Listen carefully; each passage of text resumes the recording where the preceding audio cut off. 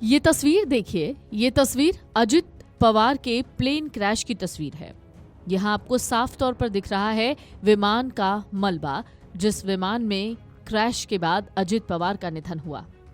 लेकिन जिस तरीके से जांच चल रही है, जांच एजेंसियां अपना काम कर रही हैं, डीजीसीए की तरफ से बयान सामने आया, एएआईबी की कुछ रिपोर्ट भी सामने आई, ब्लैक बॉक्स मिला, इन सब के बीच कुछ ऐसे सवाल हैं जो अब भी अनसुलझे हैं।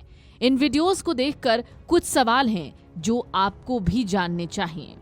शायद उन सवालों के जवाब आपके दिमाग में भी कहीं घूम रहे हों। महाराष्ट्र के उप मुख्यमंत्री अजित पवार और 4 दूसरे लोगों की जान लेने वाले विमान हादसे का जो सीसीटीवी फुटेज सामने आया, वो रोंगटे खड़े कर देता है।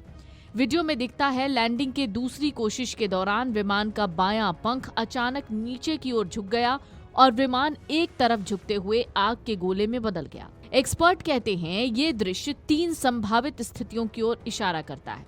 वीडियो में विमान को जिस तरह अचानक एक तरफ मुड़ते देखा गया, वो असममित एरोडायनेमिक स्टॉल का संकेत हो सकता है।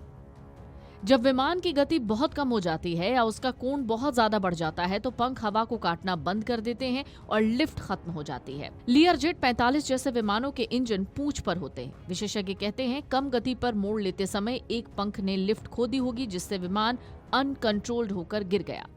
दूसरी थ्योरी कहती है लैंडिंग के ठीक पहले एक इंजन ने काम करना बंद कर दिया होगा। तीसरी आशंका ये है खराब मौसम, सूरज की चमक के कारण पायलट को रनवे बहुत देर से दिखाई दिया हो। रनवे के साथ विमान को सीध में लाने के लिए आखिरी पलों में लिया गया तेज मोड़ घातक साबित हुआ होगा। हादसे के बाद बारामती एयरपोर्ट के बुनियादी ढांचे पर भी गंभीर सवाल उठे हैं। एयरपोर्ट पर पायलट को सही ऊंचाई वाली तकनीक, PAPI और ILS जैसी बुनियादी सुविधाएं नहीं थीं। ब्लैक बॉक्स और कॉकपिट वॉइस रिकॉर्डर के शुरुआती विश्लेषण से पता चला है कि विमान के टकराने से ठीक पहले कॉकपिट से आखिरी शब्द ओह शिट सुनाई दिए थे, जो इस बात की पुष्टि करते हैं कि पायलट को अचानक किसी बड़ी गड़बड़ी का एहसास हुआ, लेकिन संभलने का मौका नहीं मिला।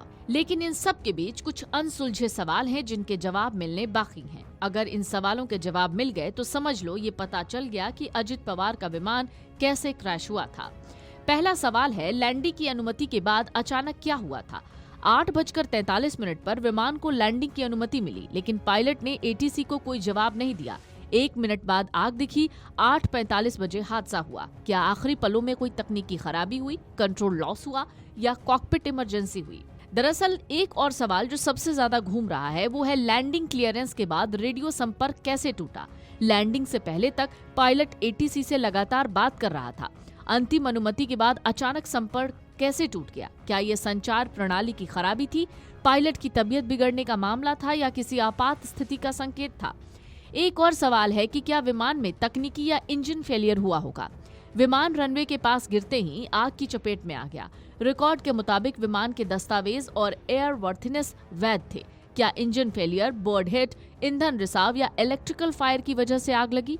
एक और सवाल है क्या लैंडिंग अप्रोच सुरक्षित और SOP के अनुसार थी?